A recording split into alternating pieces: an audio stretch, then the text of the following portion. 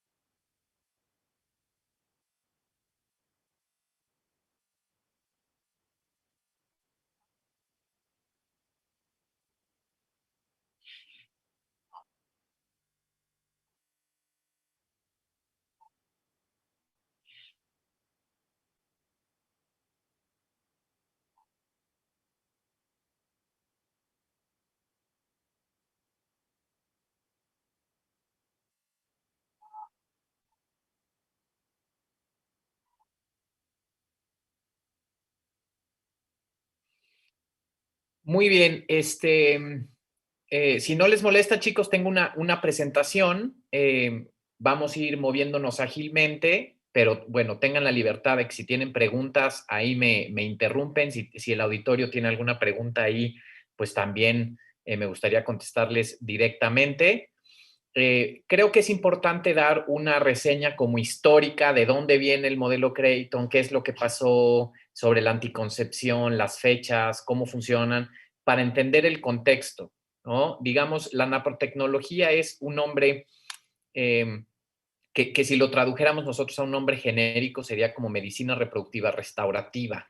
Ya sabemos que a partir de 1978 el estudio de la pareja, sobre todo con infertilidad, pues cambió muchísimo por el advenimiento de la tecnología de reproducción asistida, ¿no? La reproducción asistida, que más bien es como un concepto de sustituir la función en casos inicialmente muy complicados, en casos particulares de parejas que tenían casos cuadros clínicos, enfermedades muy complicadas para lograr embarazo, bueno, la sustitución a través de ciclos externos, la estimulación, etcétera, fertilización in vitro, transferencia de embriocitos, pero cada vez más se dejó de profundizar en las causas y tratamientos de la infertilidad y esto entró en boga, ¿no? La sustitución de ciclos a extremos que no son necesarios, ¿no? Para el estudio del tratamiento de la pareja, no tan solo con infertilidad, subfertilidad, sino también con pérdida gestacional recurrente o cualquier problema, trastorno ginecológico, en lugar de lo que hace pues gran parte de la ginecología actual, que es la sustitución de los ciclos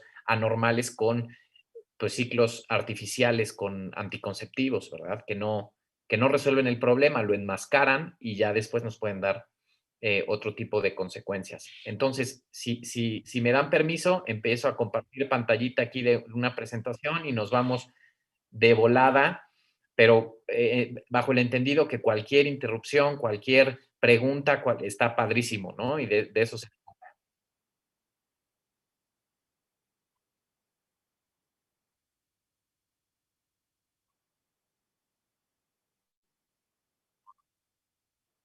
Muy bien, perfecto, pues vámonos para adelante. Entonces, esta plática, esta presentación es el modelo Creighton y la naprotecnología. Vamos a darle vuelta aquí. Ya me presentaron. Y bueno, entendamos de dónde vienen las cosas, ¿no? Eh, a mediados del siglo pasado se dio la masificación del uso de los anticonceptivos. Ya sabemos que detrás de los anticonceptivos hay una filosofía de nombre neomalthusiana. Acuérdense de Malthus, ¿no? Que de repente a mediados del siglo XVIII dijo que, que los humanos estábamos creciendo de forma desproporcionada a nuestra habilidad para mantenernos, ¿no? Que íbamos a consumir de repente demasiados insumos, demasiados eh, que no íbamos a poder lograr el equilibrio y que al ser cada vez más íbamos a tener menos recursos, ¿no? A tal punto de morirnos de hambre o de matarnos unos a otros, etcétera, porque la población estaba creciendo de forma geométrica y los recursos solo podían crecer de forma aritmética, es decir, que se estaba duplicando la población y que iba a ser insuficiente. Entonces, toda esta mentalidad que obviamente se probó ya incierta, actualmente no hay carencia de alimentos, no hay carencia de recursos, no hay carencia de nada, hay una mala distribución, ese es otro rollo, pero no por cuestiones de incapacidad para mantenernos, ¿no? Ya se mostró erróneo. Malthus decía que ya para las primeras décadas del 1900 íbamos a estar ya en el apocalipsis y pues no pasó. Pero esto dio pie a que se empezara a pensar en la necesidad de la regulación de la tasa de natalidad, organismos internacionales muy fuertes empezaron a presionar y finalmente en 1960 salió el anticonceptivo para uso masivo, con muy pocas pruebas, muy poca investigación en los efectos secundarios, en cómo funcionaban realmente, se empezaron a liberar y empezaron muchos problemas, sobre todo para la salud ginecológica y consecuencias de aspecto social, pues bastante importantes y graves. Entendamos, no vamos a dar una clase de fisiología aquí, pero entendamos que el ciclo menstrual femenino, el ciclo reproductivo, pues es algo bastante complejo que ocurre por lo general una vez al mes, pero que depende de una serie concatenada de eventos que tienen que estar perfectamente coordinados para que el ovario responda a la estimulación de algunas hormonas que se producen en el sistema nervioso central que se llaman las gonadotropinas, ¿no? La folículo estimulante, la luteinizante, y cómo estas hormonas estimulan el ovario para que dentro del ovario una corte de folículos, que entendamos que el folículo es la estructura que contiene al óvulo, ¿no? De repente empiecen a madurar, uno crezca más, domine sobre el resto, finalmente ocurra la ovulación y entonces hay muchas hormonas que se van elevando en cierta parte del ciclo, que disminuyen en otra, unas que desencadenan la elevación de otras, etcétera, íntimamente relacionadas. Los anticonceptivos funcionan engañando al cuerpo,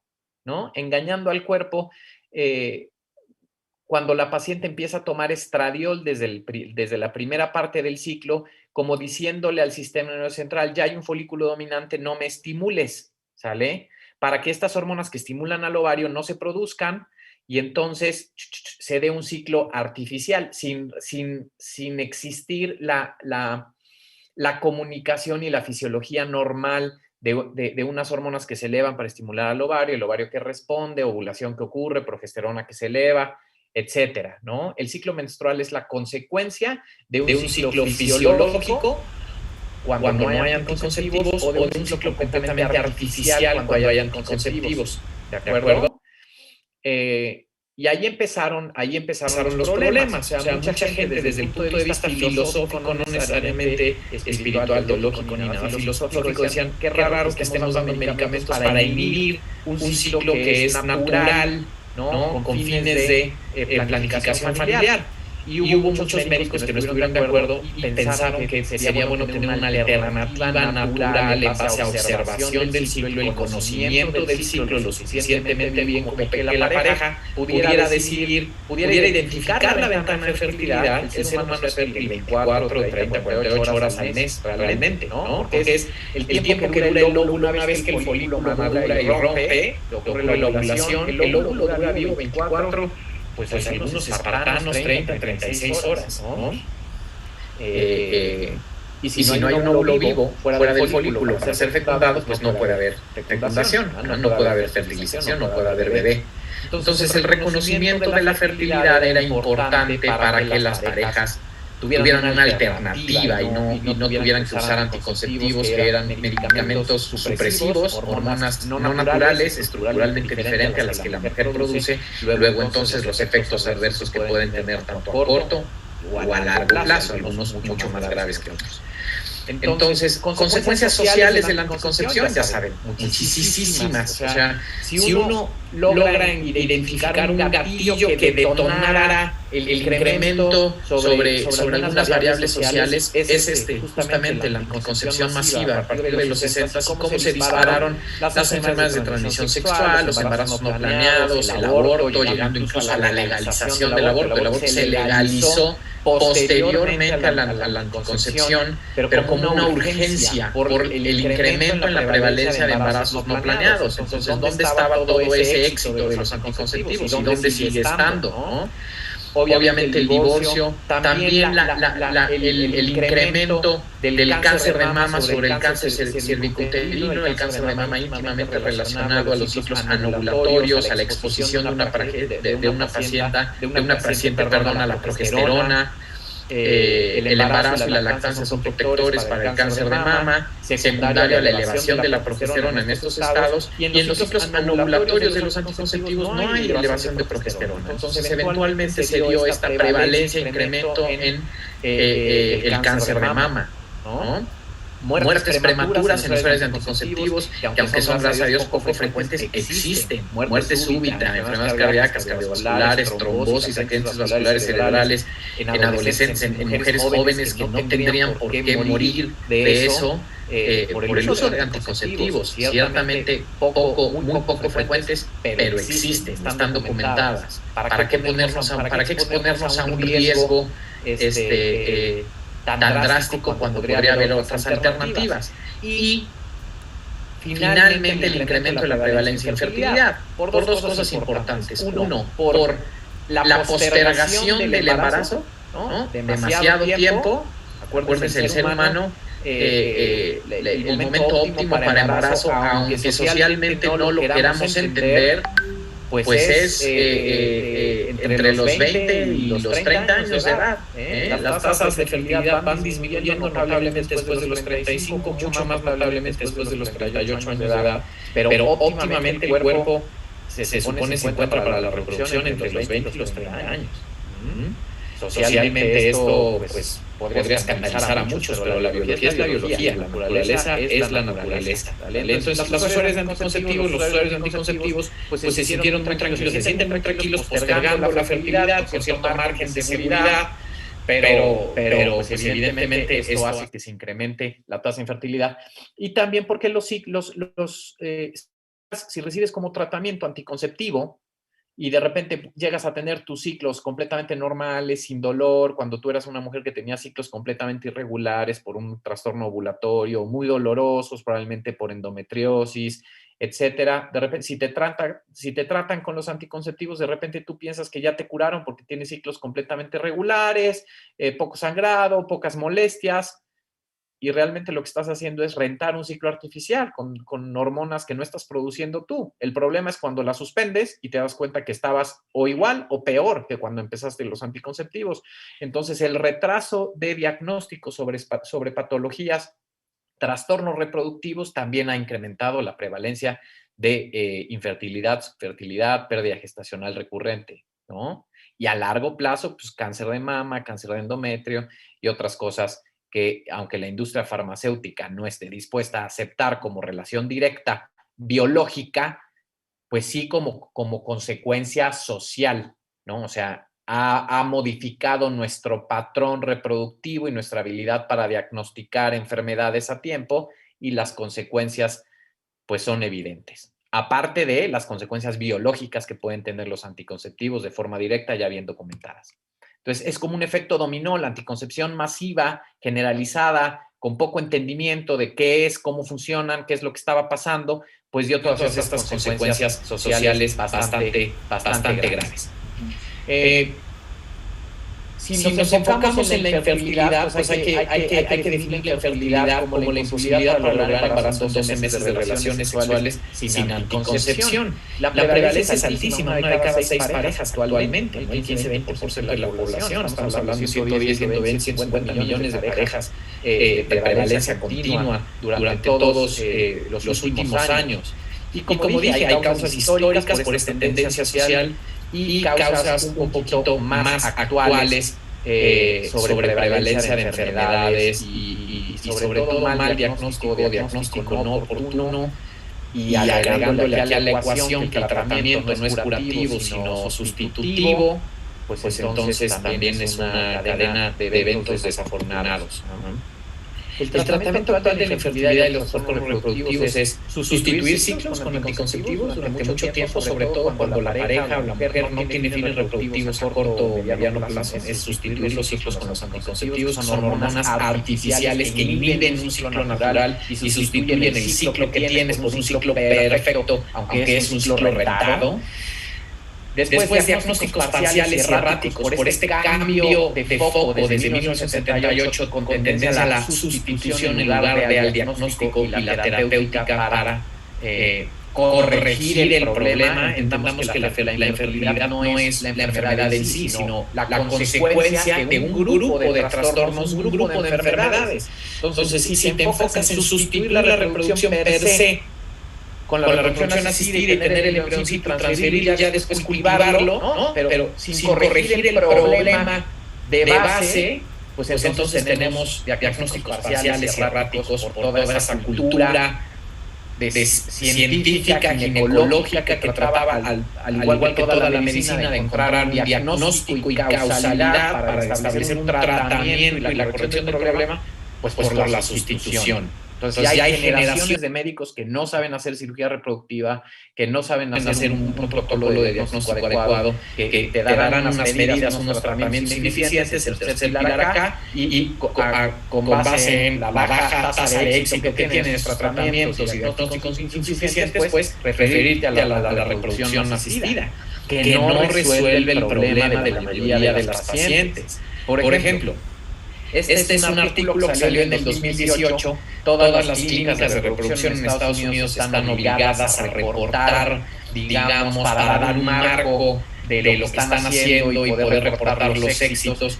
Tienen que reportar los ciclos, ¿no? Los ciclos de reproducción, los ciclos de estimulación, cuántos recién nacidos resultantes, recién nacidos vivos en casa, eso no lo reportan. Pero un ejemplo de cómo la reproducción asistida no está resolviendo el problema. En el 2018, y ¿por qué 2018 no 2020? Porque se tardan a veces 2 años y medio en agarrar toda la información y después publicarlo, ¿no? Porque acuérdense que el embarazo es un proceso de más de 9 meses, entonces hay muchas pacientes que cursan el año y no se puede reportar de manual, y también es un problema logístico. Pero la última, 2018, la última publicada, reporta, por ejemplo, ciclos de reproducción asistida 107,000 ciclos.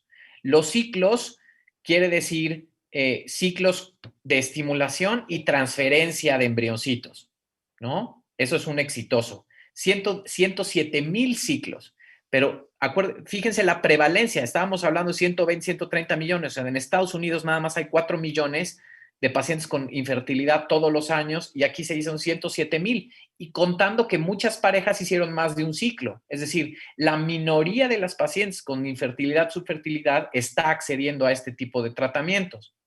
Por si fuera poco, recién nacidos vivos resultantes de este ciclo, vamos a ver aquí, ¿no? Menos del 40%, es decir, menos de 45,000 recién nacidos vivos resultaron de estos tratamientos de 107,000 ciclos.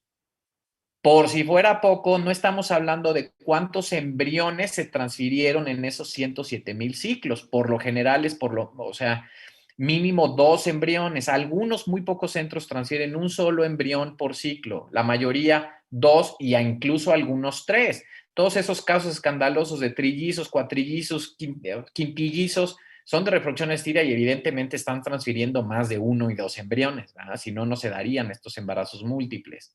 Entonces, si contamos o sea, cuántos embrioncitos por lo general se tienen que transferir para lograr un embarazo, un recién nacido vivo en casa, aunque sea a la cuenta de varios embrioncitos de diferentes mamás. ¿A qué me refiero? Que hay mamás que no logran embarazo ni aunque se hagan 5 ciclos, y hay mamás que logran embarazo en el primer ciclo. Acuérdense que son medidas, digamos, que se dan como recetas de cocina para pacientes con diferentes patologías, diferentes diagnósticos. Entonces hay muchas pacientes que tienen probabilidad a priori de 0 de tener éxito y aún así se hacen el tratamiento, pues porque ellas no saben que tienen posibilidad de 0 y ni siquiera el médico que está haciendo los ciclos. Y pacientes que no lo necesitaban, que se lo hacen, que quedan embarazadas en el primer ciclo. Pero la relación de embrioncitos ¿no? Número estimado de embriones, calculando un promedio de 2 en estos ciclos, son 214,000 embriones.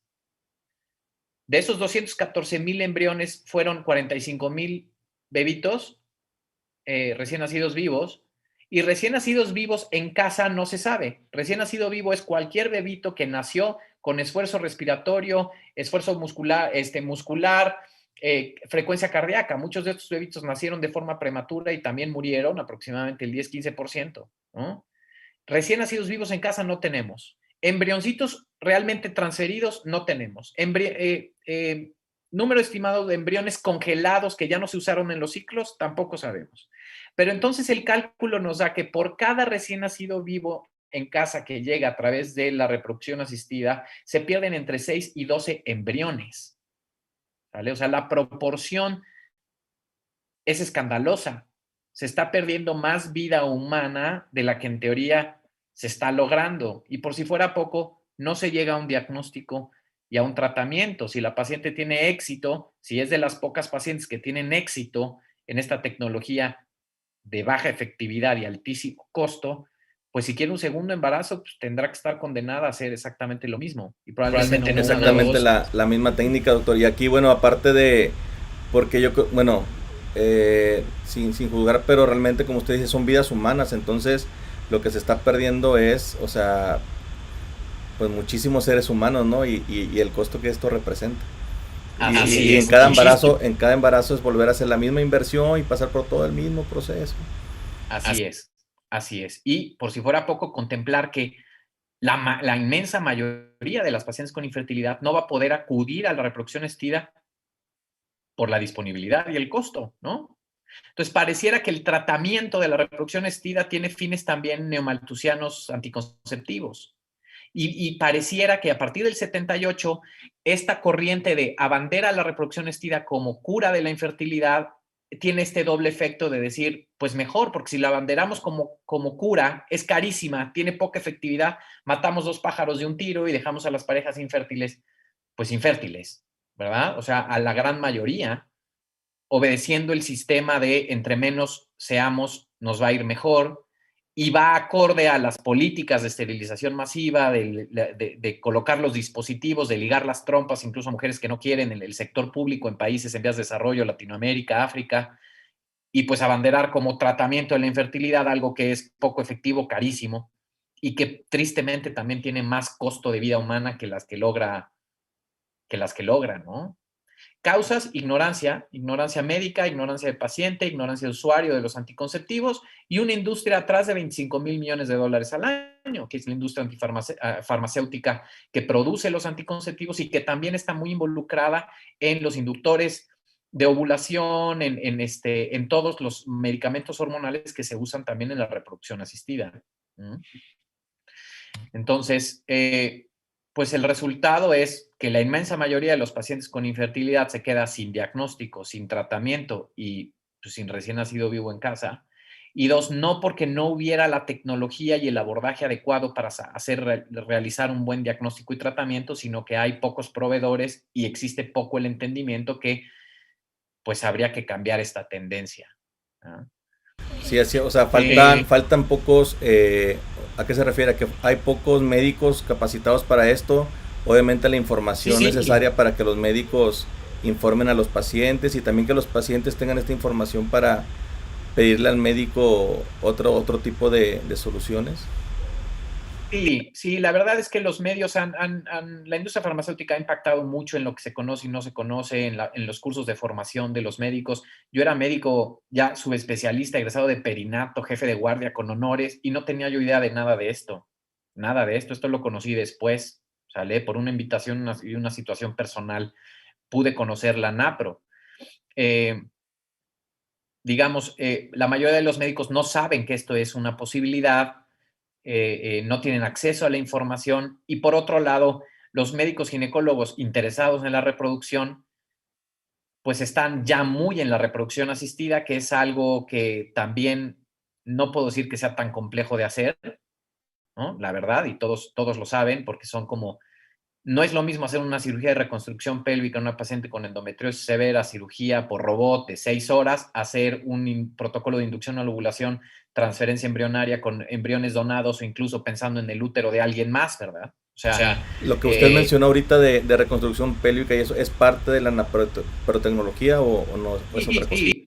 La NAPRO es como, el nombre genérico de la NAPRO sería medicina reproductiva restaurativa. Entonces, ¿qué hace? Bueno, utiliza toda la tecnología, la capacidad diagnóstica y la capacidad técnica actual vigente para diagnosticar lo que está pasando, lo que está haciendo que una pareja sea subfértil, infértil o que tenga pérdidas gestacionales recurrentes o trastornos reproductivos, y se enfoca en el tratamiento de esas causas.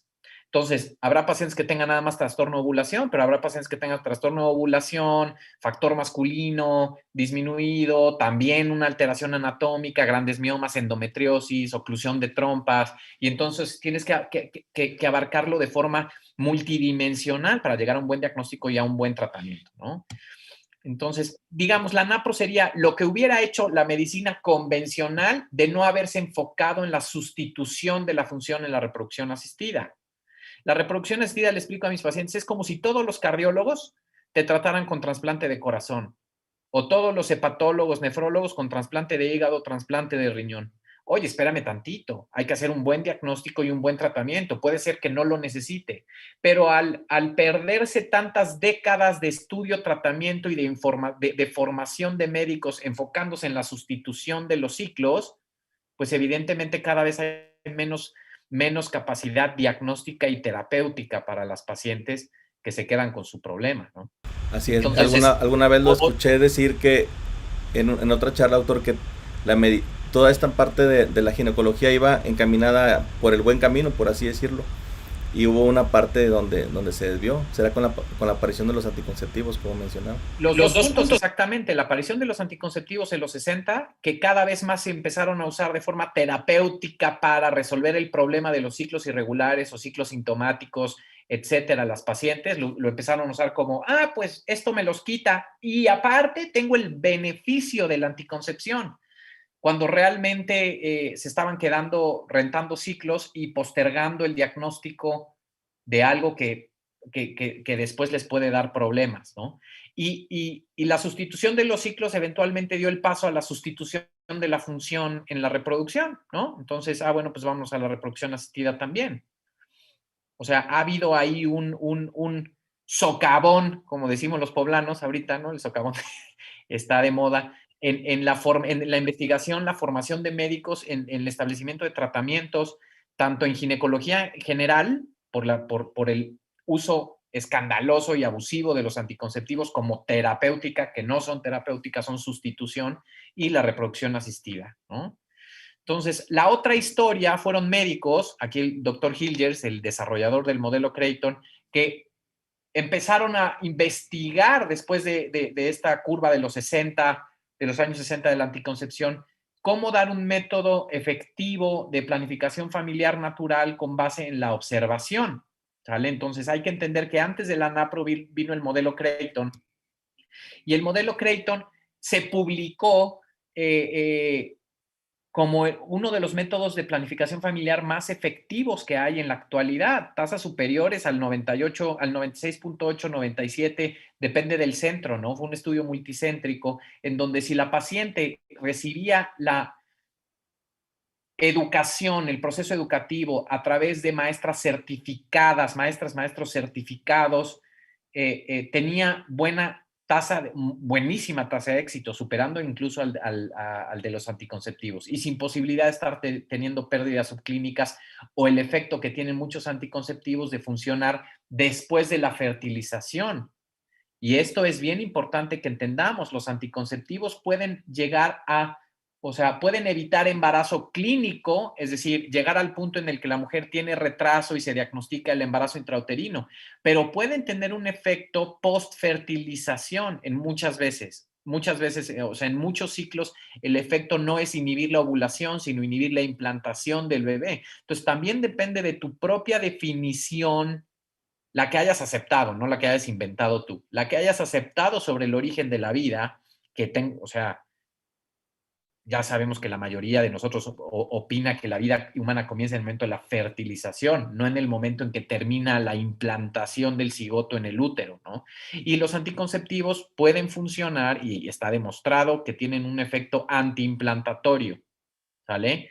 Entonces, un método natural, aparte de ser de alta efectividad, como el modelo Creighton, te evita por completo tener un efecto post-fertilización, si tu deseo es espaciar embarazo, ¿no? Entonces, es una maravilla. Ahora, ¿por qué tan exitoso? Porque se estandarizaron las observaciones del ciclo del moco cervical para que la mujer, la pareja, pudiera identificar cuándo empieza el potencial periodo fértil del ciclo, cuando hay la presencia, ausencia de moco cervical, etcétera, que es secundario al estrógeno, a la hormona que produce algún folículo dominante, y después de que el óvulo rompe, el folículo rompe y libera el óvulo, se empieza a producir otra hormona que es la progesterona, la hormona de segunda mitad de ciclo, que seca el moco cervical. Entonces, el entender cuándo empieza tu moco cervical, cuándo termina, cómo hacer las observaciones, qué moco cervical es fértil, qué moco cervical no es fértil, etcétera, te da un mapa muy preciso de tu ciclo, tu fase preovulatoria, periovulatoria, postovulatoria, y en base a la estandarización de las observaciones y la enseñanza, tienes un método replicable, efectivo, reproducible, y que correlaciona bien con la realidad de lo que está pasando dentro de tu cuerpo, ¿sale? Entonces, el modelo Creighton y la naprotecnología, el modelo Creighton, ¿por qué Creighton? Porque fue una de las universidades que más colaboró en el desarrollo de la investigación junto con la Universidad de San Luis, Missouri, y la Universidad de Creighton en Omaha, Nebraska, donde está el doctor Hilges y donde yo y mis socios tuvimos la oportunidad de estar y aprender ahí de forma directa ya después de ser ginecólogos aquí certificados. Por eso se llama el modelo Creighton. ¿Qué fue lo que pasó?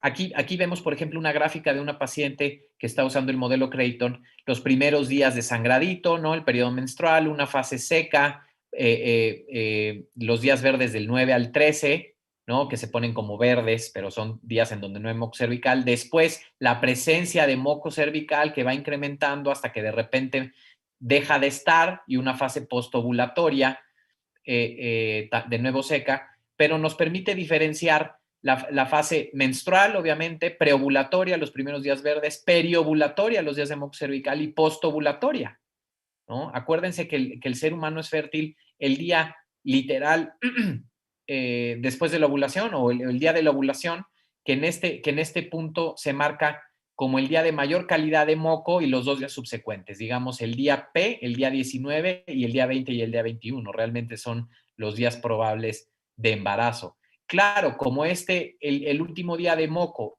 es un hallazgo retrospectivo, bueno, pues hay ciertas reglas que se tienen que cumplir, ¿no? De forma prospectiva, y decir, bueno, si tu deseo es evitar embarazo, bueno, si hay moco tipo fértil, pues tienes que evitar relaciones hasta el día ovulación +3, +4, etcétera, con la abstinencia periódica. Es súper viable en la pareja estable y madura, ¿no? Evidentemente. Si queremos que nuestras niñas adolescentes tengan vida sexual prematrimonial, nuestros jóvenes tal, y lo usen como método, bueno, pues también va a ser un rollo, porque evidentemente dentro de la cultura actual, la abstinencia periódica y la responsabilidad no están de moda, ¿verdad? Pero, pues esa es harina de otro costal. Aquel que quiera vivir bien, coherente, responsablemente su sexualidad, con pareja, de forma monogámica, responsable, pues es un método súper efectivo, súper eficaz, y que resuelve también no nada más el problema del espaciamiento de los bebés, sino llevar este tracking sobre la salud reproductiva, que los médicos consultores pues podemos usar como mapa para hacer diagnóstico, no hacer diagnóstico, sino hacer las pruebas hormonales, ultrasonográficas, etcétera, los días que se tienen que hacer para llegar a un diagnóstico. Entonces, justo eso le quería preguntar, doctor. O sea, realmente es porque, bueno, nosotros somos usuarios de Creighton, ¿verdad? Y pacientes suyos, tenemos más antecedentes, pero por ejemplo habla de hormonas y de graficar y de poner estampitas y habla muchas cosas raras. O sea, realmente es complicado pues llevar el método Creighton, acercarse a la naprotecnología, o sea, hacerlo vida. ¿Qué nos podría comentar? No, no, es bastante, es un idioma, chicos. Se tiene que aprender a hablar un nuevo idioma, el idioma de reconocer qué es lo que está pasando en el ciclo ovulatorio, en el ciclo menstrual, ¿no? Y se tiene que aprender el idioma. Es un proceso que se lleva a cabo con las maestras certificadas. Gracias a Dios ya somos el país de Latinoamérica con más maestras certificadas. Ya hay más de 60 practitioners a nivel nacional. Uno tiene que buscar así, maestras del modelo Creighton o practitioners del modelo Creighton, y encontrar evidentemente a la maestra más cercana. Por si fuera poco, hay muchísimas maestras, la mayoría están dando ya también los cursos a larga distancia, utilizando toda esta tecnología, ¿no? de conectividad, y que la pandemia nos enseñó que todavía se puede sacar muchísimo más jugo. Entonces, independientemente de dónde estés, puedes empezar a tomar clases con las maestras, las practitioners, ¿no? Las maestras del modelo Creighton. Una vez que aprendes, pues ya te lo aprendiste, ¿verdad? Ya te lo aprendiste. Si ustedes me preguntan, ¿hace cuánto tiempo que mi esposa no grafica todos sus ciclos de forma así perfecta? Pues ya tiene muchos años, pero ella sabe perfectamente en qué parte del ciclo está, cuándo empezó la fase preovulatoria, postovulatoria, cuándo es su día pico, etcétera. Y es un idioma que quisiéramos que todas las mujeres aprendieran a identificar lo que está pasando, a reconocer lo que es normal, a saber reconocer a tiempo lo que es anormal, y que hubiera más médicos capaces de entender la interpretación, tomar cartas en el asunto. Por si fuera poco, el sistema, aparte de ser el modelo Creighton un método de planificación familiar altamente efectivo para espaciar embarazo, también es para lograrlo. Y tiene mucha lógica. Si tú tienes un sistema basado en observación del ciclo, pues lo puedes usar para lo que quieras, ¿verdad? Para espaciar embarazo, para lograr embarazo. La tasa acumulativa, por ejemplo, este estudio, la tasa de fecundabilidad por ciclo, que es la probabilidad de una pareja X en lograr un embarazo por ciclo, se triplica cuando la pareja está graficando. Muy diferente hacer la tarea, cada tercer día, en el día 14, más o menos 16, a hacer la tarea el día de mayor calidad de moco y los 2 días subsecuentes, ¿no? Independientemente en qué parte del ciclo vas a ovular. Y este fue el principio de la NAPRO. El sistema se empezó a hacer famoso para lograr embarazo. Luego, entonces, muchas parejas con su fertilidad, infertilidad o trastorno reproductivo empezaron a graficar primero para lograr embarazo. ¿Qué fue lo que pasó? ¿No? Que entonces se dieron cuenta los doctores que tenían pacientes que estaban graficando que muchas veces las pacientes con infertilidad o algún trastorno, la mayoría de las veces, tienen patrones de gráfica anormales. Y esto es lógico. Si un sistema está desarrollado para reflejar los cambios hormonales, definir qué fases del ciclo está, o sea, en qué parte estás, en la fase preovulatoria, periovulatoria, postovulatoria. Si tienes trastornos hormonales, ovulatorios y demás, se van a reflejar en la gráfica. Y esto les empezó a llamar mucho la atención y empezaron a hacer pruebas para llegar a diagnósticos que, si no gráficas, son muy difíciles, o sea, prácticamente imposibles de llegar a esos diagnósticos si no gráficas. Porque ¿cómo hacer una prueba para checar cómo está la hormona tiroidea en el día ovulación más 7 si no sabes qué día fue tu día de ovulación? O sea, es prácticamente imposible. Tendrás que estar haciendo ultrasonidos todos los meses, a ver qué día ovulaste, tanto para tener relaciones programadas como para iniciar apoyo con alguna hormona importante en la segunda mitad de ciclo, que solo se puede tomar en la segunda mitad de ciclo, ¿no? Por ejemplo, la progesterona.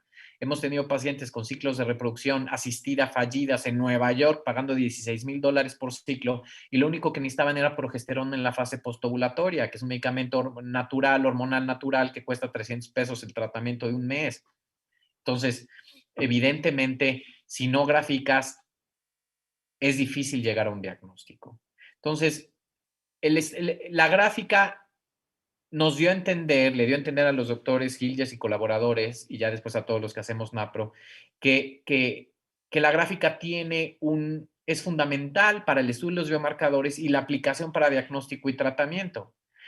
la paciente que grafica, podemos saber cuánto dura su fase preovulatoria y sus características, por ejemplo, alterada en las pacientes con síndrome ovario poliquístico, anovulación crónica, cuánto es la longitud total del ciclo, a expensas de qué parte, la fase preovulatoria, postovulatoria, características del sangrado, si es sangrado menstrual, si es un sangrado intermenstrual, premenstrual, postmenstrual. Muy diferente al interrogatorio que te hace tu ginecólogo de, tu ciclo dura entre 25 y 40 días, es normal. ¿Cómo que es normal? ¿Cómo puede ser normal tanto cambio, tanta variación? Tú sabías que tenías ciclos de una característica hace unos años y ahorita cambiaron y te dicen que es normal y no te puedes embarazar y no tienes diagnóstico. Pero ¿así lo aprendieron en la escuela, doctor? ¿O por qué Sí. tienen esas actitudes? No, pues te digo, o sea, los protocolos de tratamiento y diagnóstico, o sea, han cambiado radicalmente desde el uso de los anticonceptivos, la forma masiva, y dos, el estudio muy superficial de la paciente con trastornos reproductivos y canalizar a la reproducción asistida, ¿no? El modelo Creighton es el mapa que se necesita. Bueno, ahorita es el modelo Creighton, después podrá ser una aplicación que te grafica en tiempo real tus concentraciones hormonales, pues claro, y será más preciso y perfecto, ¿no? Pero ahorita lo que se tiene es esto. Hay algunas aplicaciones, pero las aplicaciones después hacen como cálculos estadísticos y la estadística no es tan perfecta como la observación estandarizada de cada ciclo en particular. Entonces, ahorita el modelo Creighton es lo mejor que se tiene para el estudio de forma prospectiva de los ciclos individuales de cada paciente y sobre todo hacer diagnóstico y tratamiento oportuno, ¿no? Por ejemplo, aquí vemos ejemplos de gráficas de pacientes con infertilidad. Ojo, todas ellas tienen ciclos entre 27 y 33 días.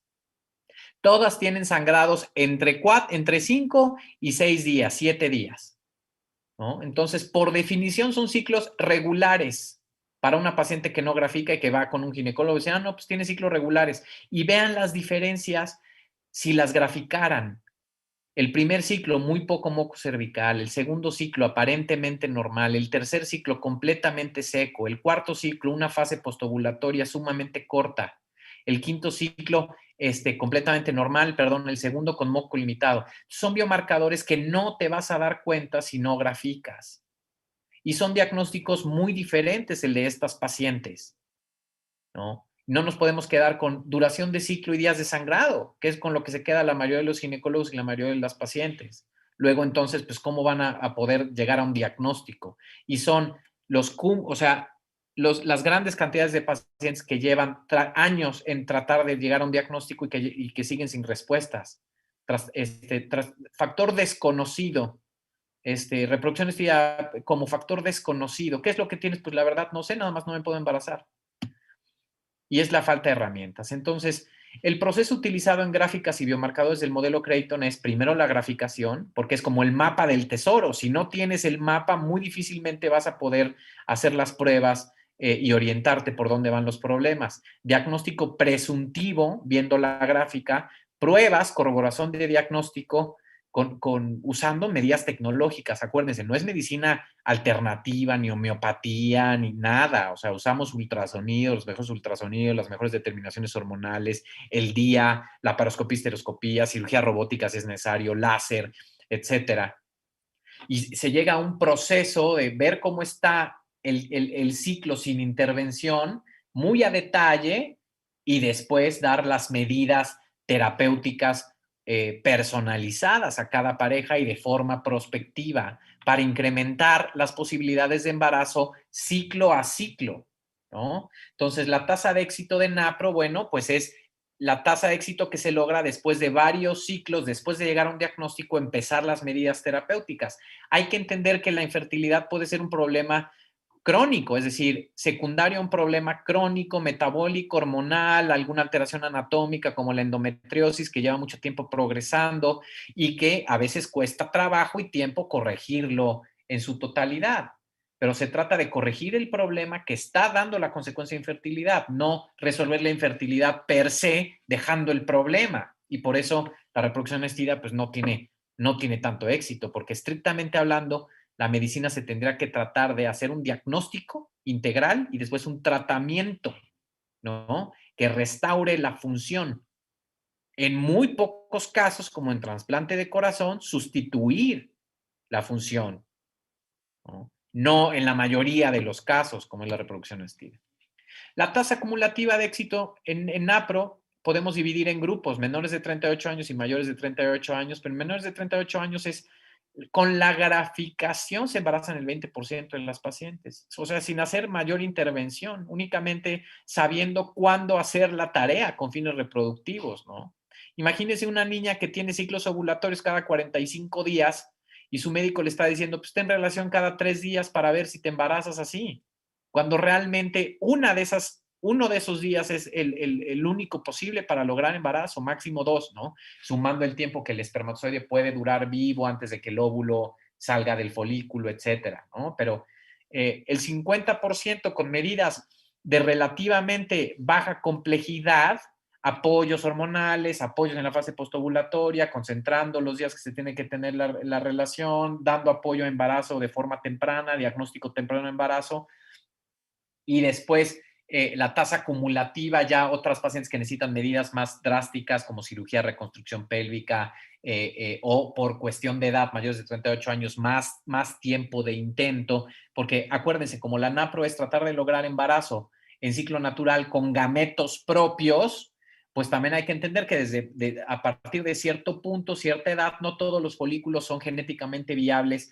para ser fecundados y desarrollarse después de la fertilización en un bebito recién nacido vivo en casa, sano, ¿no? Entonces, también el tiempo tiene mucho que ver para, pues, darle al clavo. Pero si le quieres dar al clavo y sabes que tienes más de 42, 43 años y que 2 de tus 12 ciclos al mes van a ser con un folículo viable y el resto no, pues lo que te conviene es estar perfectamente bien y hacer el intento todos los ciclos para pues, cuando sea ese folículo, ese óvulo genéticamente viable, se pueda desarrollar un embarazo sano.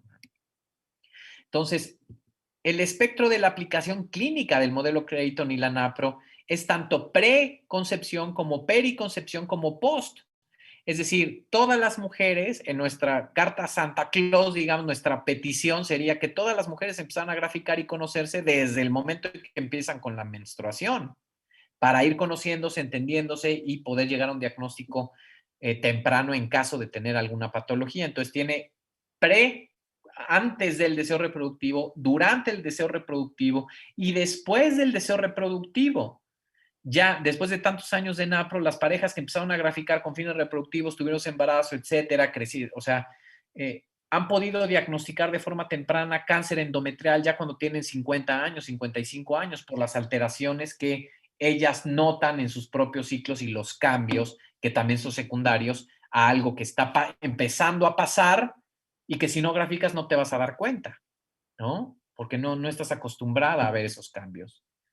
Entonces, por ejemplo, cuando nosotros llegamos, gracias a Dios, ahorita tenemos muchas pacientes, muchos casos de éxito en todo México y Latinoamérica, pero empezamos con series de casos, por ejemplo, una paciente de 41 años que ya tenía antecedente de 3 ciclos de reproducción asistida, incluyendo inyección intracitoplasmática de esperma elixir, fallidos y con diagnóstico de que era factor masculino. Bueno, empezó a graficar, empezó a tener el FFI, que es Fertility Focused Intercourse, es decir, tener relaciones los días de la ventana de fertilidad.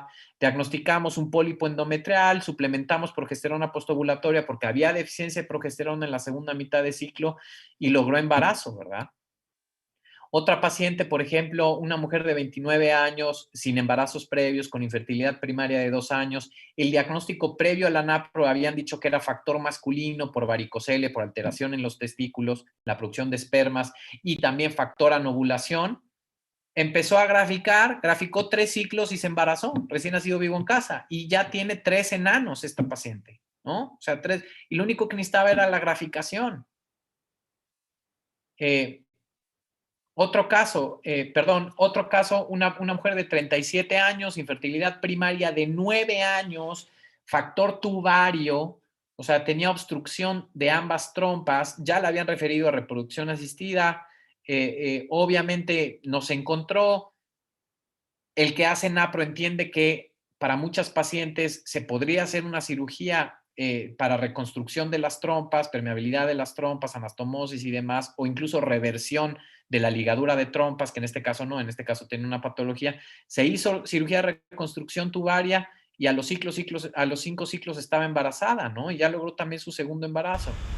Cuando esta paciente hubiera estado condenada por la mayoría de los médicos a la reproducción asistida, porque ya nadie sabe hacer reconstrucción tubaria, porque ya no está de moda desde hace 30 años que existe la reproducción asistida. Entonces, también es un problema muy serio de proveedores, ¿no?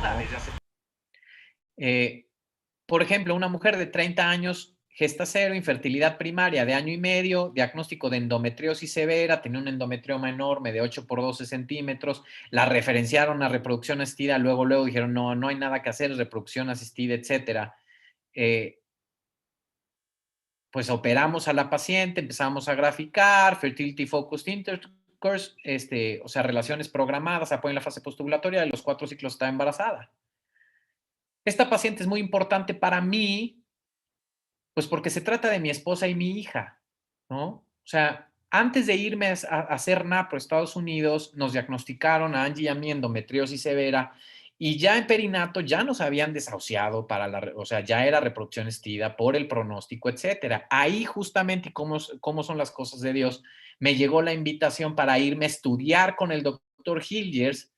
Terminé el curso de alta especialidad en cirugía endoscópica y me fui becado para estudiar, pero también como paciente, ¿no? Y esa fue mi primera experiencia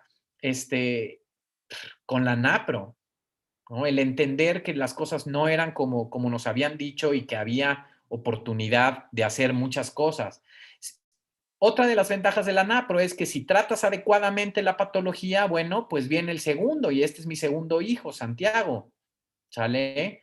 Entonces, no nada más nos abrió la perspectiva, sino entendimos que no hay mejor cosa que hacer que tratar la patología de base para llegar al objetivo, no la sustitución con la reproducción asistida. Y aparte, es un proceso científico basado en diagnóstico y tratamiento, como toda la medicina, que por si fuera poco, no pierde vidas en el proceso, vidas humanas en el proceso, como la reproducción asistida, ¿no? Aquí están mis 2 enanos y perro bestia, ¿no?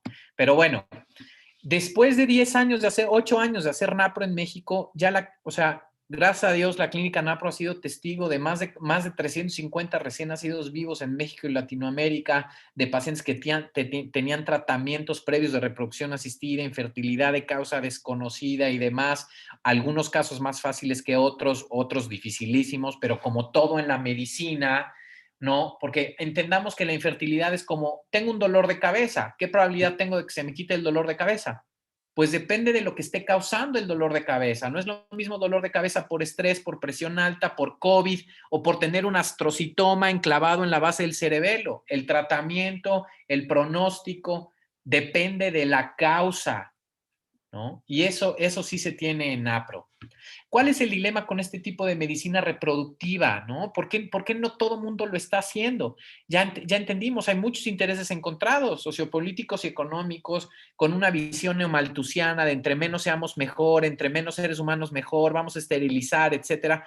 ¿Ustedes creen que es lógico que haya intereses geopolíticos tan importantes para disminuir la tasa de población y por otro lado esos mismos intereses estén a favor del buen abordaje, diagnóstico y tratamiento de la pareja infértil? Pues efectivamente no. O sea, por supuesto que no, ¿no? Escepticismo médico, pues sí, porque llevamos 30 años bajo una tendencia, una corriente de anticonceptivos masivos, de industria farmacéutica con muchísimo poder económico y de una tecnología en reproducción asistida que si bien no es efectiva para lograr ayudar a las parejas a tener bebés, es altísimamente o sea, bien remunerada, ¿no? Cuando nosotros llegamos de Estados Unidos y empezábamos a platicar con nuestros amigos de perinato, muchas veces recibíamos pacientes que ya habían estado en las clínicas de reproducción de nuestros colegas y tomábamos el teléfono para decirles, oye, fulanito, ¿te acuerdas de la paciente que según esto era diagnóstico de tal y factor masculino? Pues fíjate que no, le encontramos un pólipo tal y se embarazó. Ah, sí, muchas gracias, Mike. Ah, sí, muchas gracias, Joaquín. Ah, muchas gracias, Tope tal. Hasta que uno me dijo, ¿sabes qué? Ya ni nos marques. no es que no creamos en lo que hacen, pero hacen cosas raras, 2, son cosas más complejas, y 3, hacen menos dinero en el intento. Así me lo dijeron, o sea, ¿para qué hacer algo más complejo que requiere de más tiempo, de más tratamiento, de más curva de aprendizaje, que está fuera del foco de la medicina actual? Sabemos, Joaquín, Víctor y yo, que nunca nos van a invitar a un congreso nacional, internacional a hablar de esto, porque estamos fuera de foco, o sea, ¿por qué no hacemos reproducción asistida, no? Si es lo de base, el embrión Y no es deja un ser menos dinero, humano, ¿verdad? déjate de rollos. Y aparte hacer menos dinero en el intento. Pues evidentemente por eso somos 3, 4, 5 pelados, ¿no? No somos tan pocos, o sea, sí hay un par de cientos en el mundo, hay varios en México ya, hay que buscarlos porque pues, somos la excepción. ¿Por qué hacemos esto que es más complejo? Porque es más médico, da tratamiento. 2, no hay pérdida de vida humana. 3, resuelve el problema después del primer diagnóstico. Eh, eh, y 4, o sea, somos comprometidos con la vida humana, el respeto a la vida humana desde la concepción, desde el embrión. Entonces, para nosotros nunca ha sido opción perder 6 embriones para lograr un bebito recién nacido vivo en casa. Eso es ilógico. Eso es ilógico. ¿Sale? Ningún papá, imagínense esta escena, un papá llega con sus 4 hijos y de repente se empieza a abrir un surco en la tierra y hay una cuerda y decir, bueno, la única manera es que se agarren a la cuerda, ¿no? Y lleguen al otro lado. Entonces, no hay manera de hacerlo más que aventar a uno de mis hijos a la cuerda a ver si se agarra. Ningún papá diría, bueno, pues voy a aventar 3 al mismo tiempo porque la probabilidad es que uno se pegue. Jamás. O sea, es imposible estar aventando bebitos embriones para ver si uno se pega. Y menos esta proporción de 6-1, si unes todo lo que está pasando. Es imposible. Nadie lo haría, ¿no? Pero bueno, ahí llega el relativismo. Entonces, ¿cómo hacen el mecanismo? El embrión no es persona. Si el embrión no es persona, entonces yo puedo hacer esto. Y hay unos sofismas ahí importantes. Pero si en nosotros, si en el auditorio que está escuchando este chat, este live, la vida humana comienza desde el momento de la fertilización, pues la reproducción asistida no podría ser una alternativa ética viable, ¿no? Factible, compatible con los principios judio-cristianos. Ya no estoy hablando católicos en general, judio-cristianos de la dignidad y la vida humana. Así es. Y bueno, evidentemente hay mucha ignorancia e indiferencia. Existe el Instituto Internacional de Medicina Reproductiva Restaurativa, que es mucha gente que empezó siendo NAPRO o hace NAPRO, que está tratando de llegar a homogeneizar, a explicar los protocolos que hacemos en términos científicos para sumar a más gente. Pero bueno, evidentemente se va contracorriente. Como todo católico, todo cristiano, se tiene que ir contracorriente, ¿no? Acuérdense que no se puede servir a 2 señores, no se puede servir a Dios y al dinero, y aquí el dinero tiene mucho que ver y está muy metido en el tratamiento de los padecimientos reproductivos, en las nuevas corrientes ideológicas, y por si fuera poco, la ignorancia, que sí ha sido un evento patrocinado, ¿no? Durante 3 décadas, 4 décadas, pero hay una frase que me gusta mucho y es con la que quiero terminar esta plática, es: el peor enemigo del conocimiento no es la ignorancia, porque aquel ignorante se asume, se reconoce ignorante y entonces busca las respuestas y busca las alternativas, sino la ilusión de conocimiento. Gran parte de este problema es pensar, hacer creer a la mujer que está curada con los anticonceptivos cuando no está curada, está rentando ciclos, y el biólogo de la reproducción, ¿no? Que dice, ay, no, yo ya sé, yo ya estoy en el pico de lanza de la medicina reproductiva y aparte haciendo montones de plata, ¿no? Como decimos, o sea, es multidireccional.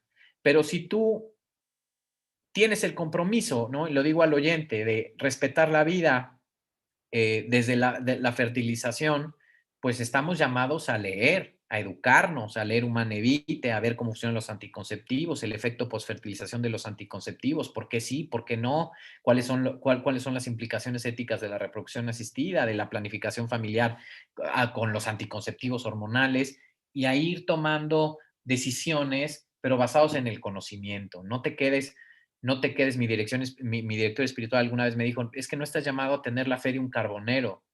O sea, de decir, bueno, pues quédate con esto y ya crea. A ver, estás llamado a entender tu fe, a razonarla, a estudiar, a llegar a la verdad. La verdad los hará libres. Y la ciencia es de Dios. O sea, si uno cree en Dios, tiene que entender que Él es el que hizo la ciencia, ¿no? Y no, o sea, lo que nos dice que hagamos nunca está peleado con el conocimiento real, pero las fuentes de conocimiento y el interés en el conocimiento es lo verdaderamente importante. Así Entonces, es, bueno, doctor.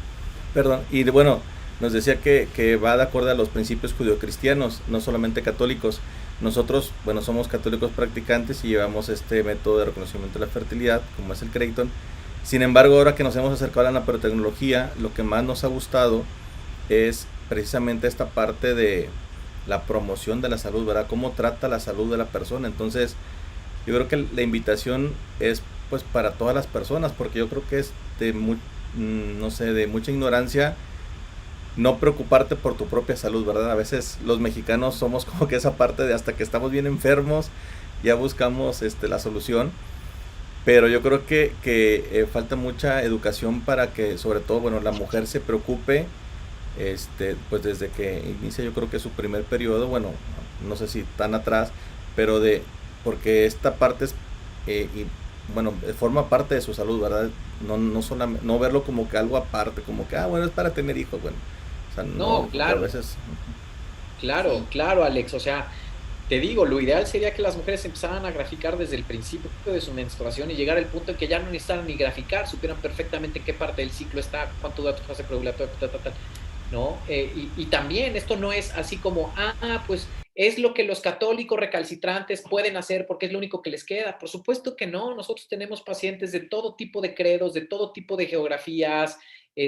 Algunas pacientes creen en Dios, algunas no creen en Dios, pero hay que entender que esto es 100% natural, 100% respetuoso de la fisiología, 100% respetuoso del proceso médico, de antes de tratar necesito llegar a un diagnóstico, ¿no? Y es altamente efectivo, tanto costo efectivo como efectivo en general, independientemente del diagnóstico, ¿no?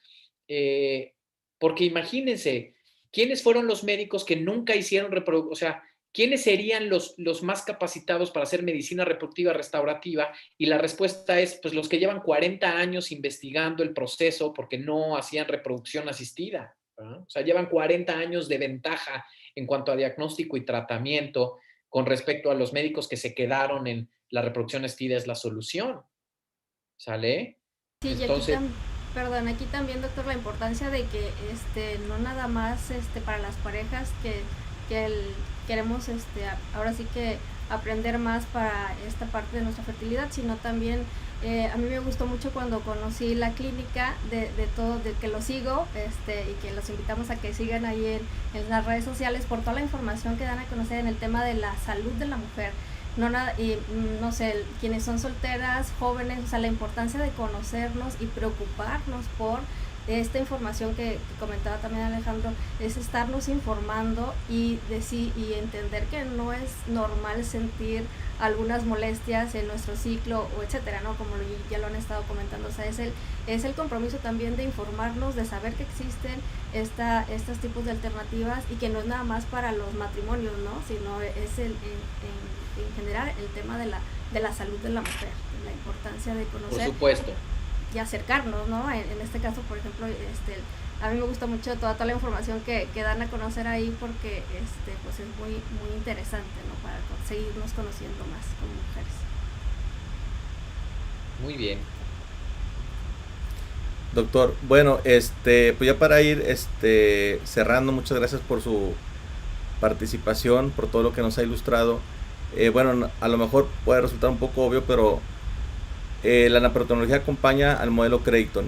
Hay otros métodos de reconocimiento de la fertilidad. Ahorita usted nos mencionaba que es importante graficar porque así ustedes tienen esta información y pueden empezar a diagnosticar a las personas. Hay otros métodos que utilizan otro tipo de gráficas. La naprotecnología es exclusiva para el modelo Creighton o se puede, ustedes saben interpretar otro tipo de gráficas, o a lo mejor con el otro método llegan a detectar ciertas anomalías, pueden acudir con ustedes, o o para entrar con ustedes es necesario ser usuario del modelo Creighton? Gracias, Alex. Buena pregunta. Mira, sí se pueden interpretar otras gráficas, ¿no? El método sintotérmico, el método de Billings y demás, pues porque la fisiología es la misma, nada más reconoces qué biomarcador es, la temperatura, la calidad, cantidad de moco. Las ventajas que da el modelo Creighton es la estandarización. La estandarización en la enseñanza y las observaciones hacen que las variables, en lugar de quedarse en la nube cualitativa, subjetiva, interpretativa de la paciente, se bajen a datos más medibles y más objetivos, que permiten menos zona, digamos, incierta o nebulosa. Entonces, la recomendación para hacer NAPRO sí es el modelo Creighton, pero si por algo tú no puedes, no tienes acceso a Creighton, de plano no te gusta y tienes un sistema natural, pues de todas maneras el protocolo diagnóstico se puede aplicar, tal vez no de la forma tan precisa como en la NAPRO, pero sí cualitativamente se pueden hacer tanto diagnóstico como intervenciones con cualquier método de observación natural que permita la diferencia del ciclo, ¿no? O sea, la parte preovulatoria, periovulatoria, postovulatoria. Sí se puede. Perfecto. Doctor, muchas gracias. Y aquí si quisieran consultar con ustedes, bueno, aquí en la clínica NAPRO donde están ustedes está en Puebla, pero hay posibilidad de ¿qué tendrían que hacer y si se puede hacer a distancia?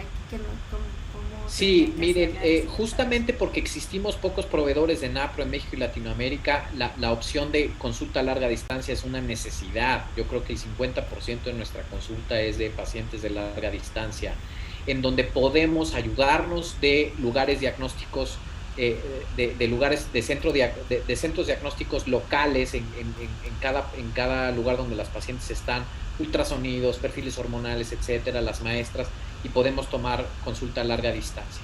Entonces, en redes sociales, Instagram, Facebook, estamos como Clínica NAPRO, y ahí se pueden mandar mensajes y aterrizamos, damos ya después los teléfonos de contacto y demás. También hay otros proveedores de naprotecnología a nivel nacional, hay en la Ciudad de México, hay en León, hay en Monterrey, hay en Hermosillo. Hay que buscarlos. También algunos proveedores en Latinoamérica, muchos más en Estados Unidos, Canadá y en Europa, pero ahí va. México ya va a la vanguardia en Latinoamérica en cuanto a la NAPRO, y estamos para servirles, ¿no?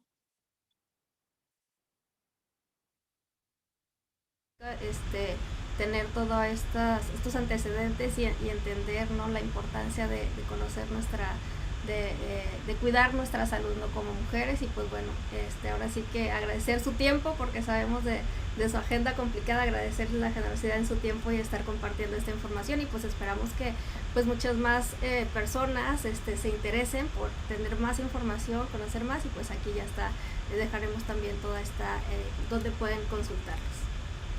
Perfecto, no, al contrario, muchísimas gracias por la invitación, y siempre hay que hacerse espacio para compartir, ¿no? Para compartir el conocimiento, y tratar de ayudar al mayor número de personas que podamos.